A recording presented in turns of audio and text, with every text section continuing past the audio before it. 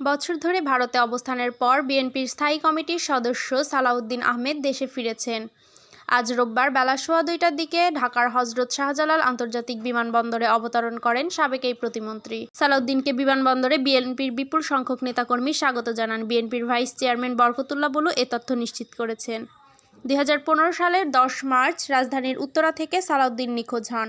62 দিন পর একই বছরের 11 মে ভারতের মেঘালয়ের সিংলয়ের স্থানীয় পুলিশ তাকে উদ্ধার করেন। ভারতের পুলিশ পক্ষ থেকে তখন বলা হয়েছিল, সালাউদ্দিন সিংলয়ে উদ্ভ্রান্তের মতো ঘোরাঘুরি করার সময় লোকজনের ফোন পেয়ে তাকে আটক করা হয়। সালাউদ্দিনকে আটক করার পর বৈধ নথিপত্র ছাড়া ভারতে প্রবেশের অভিযোগে দেশটি ফরেনার্স অ্যাক্ট অনুযায়ী মামলা করে মেঘালয় পুলিশ।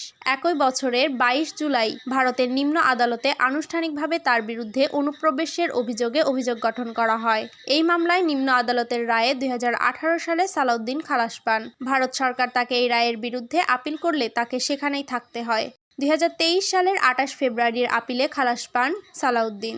আদালত তাকে দেশে ফেরত পাঠানোর নির্দেশ দেন। একই বছরের 8 মে সালাউদ্দিন ভ্রমণ অনুমোদনের জন্য আসাম রাজ্য সরকারের কাছে আবেদন করেন। আবেদনে তিনি বলেন 2015 সাল থেকে তিনি ভারতে আটকে আছেন।